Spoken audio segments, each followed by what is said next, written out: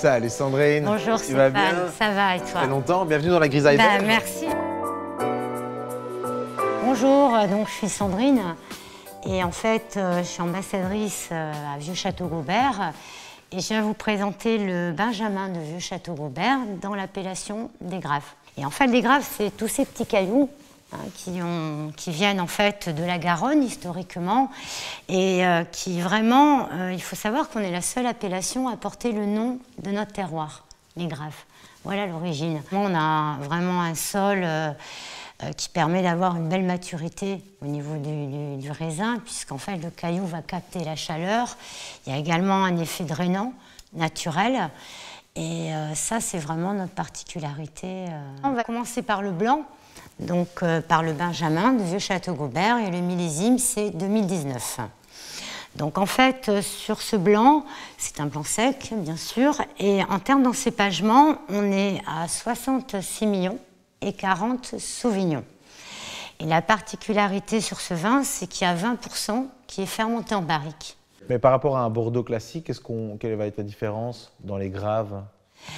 Alors, nous, là, sur ce vin, le choix qu'on a fait, c'est de ne pas être un blanc de cuve. Donc, il y a une partie qui est vinifiée en barrique. Et ça va avoir une typicité un petit peu différente, puisqu'on ne va pas être sur le côté vivacité, fraîcheur. Et c'est vraiment le côté plus aromatique, gras et volume de bouche. Ça, c'est vraiment notre spécialité. Et là, en fait, on est en cépage, c'est 66 millions, 40 Sauvignon.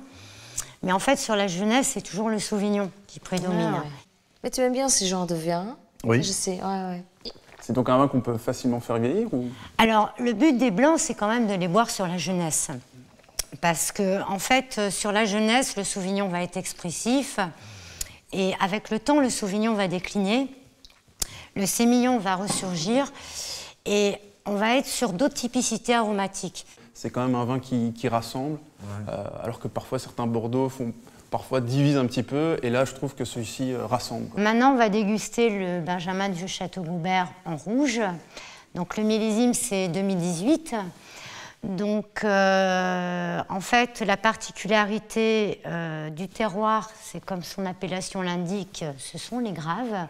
Et en fait, ce sont tous ces petits cailloux qui vont capter la chaleur, la restituer la nuit, et ça crée notamment une très belle maturité. L'intérêt, c'est de trouver le bon équilibre entre le fruit et l'élevage en barrique. Il ne faut jamais que l'un ou l'autre prédomine. Je te sers, Anouk. Qu'est-ce que t'en penses? Merci. On sent bien le côté boisé, non? Honnêtement, moi je trouve plutôt fouetté, tiens. Évidemment, une viande rouge serait top avec ça, non? Oui, tout à fait. Et je trouve que le bois dont tu parlais au nez, par contre, il se retrouve un petit peu plus en bouche. Ouais. Tu vois, j'avais anticipé en fait. Tu vois, j'anticipe. Mais toi, t'anticipes à mort. À chaque fois. Ça, c'est le genre de vin qu'on peut boire même en dehors d'un repas, juste en façon conviviale avec un ami. Avec Et le continuer la famille, après le repas. Et le continuer après le repas, exactement. Et je suis tout à fait d'accord, parce qu'en fait, c'est un vin plaisir. Et en fait, c'est un 2018, donc évidemment, il a la matière. Mais on est vraiment sur des tanins soyeux, veloutés. Donc moi, les Bordeaux, mon greffe, c'est quoi? C'est que c'est souvent avec beaucoup de bois, etc., affiné en fût de chêne. Et c'est ça que moi, j'aime un peu moins.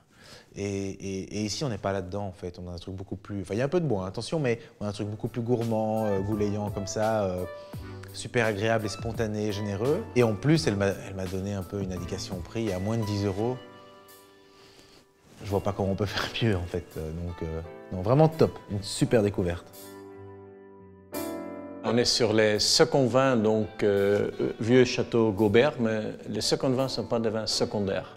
Pour moi, les seconds vins sont en général des vins qui sont faits pour boire assez vite, qui sont des vins donc, qui ont en fait un accès très très généreux, on peut le boire immédiatement, on n'a pas une complexité énorme, mais c'est facile à boire. Sur les deux cas, ce sont des prix pas très élevés. Il ne faut pas penser deux fois à le boire, donc c'est ça.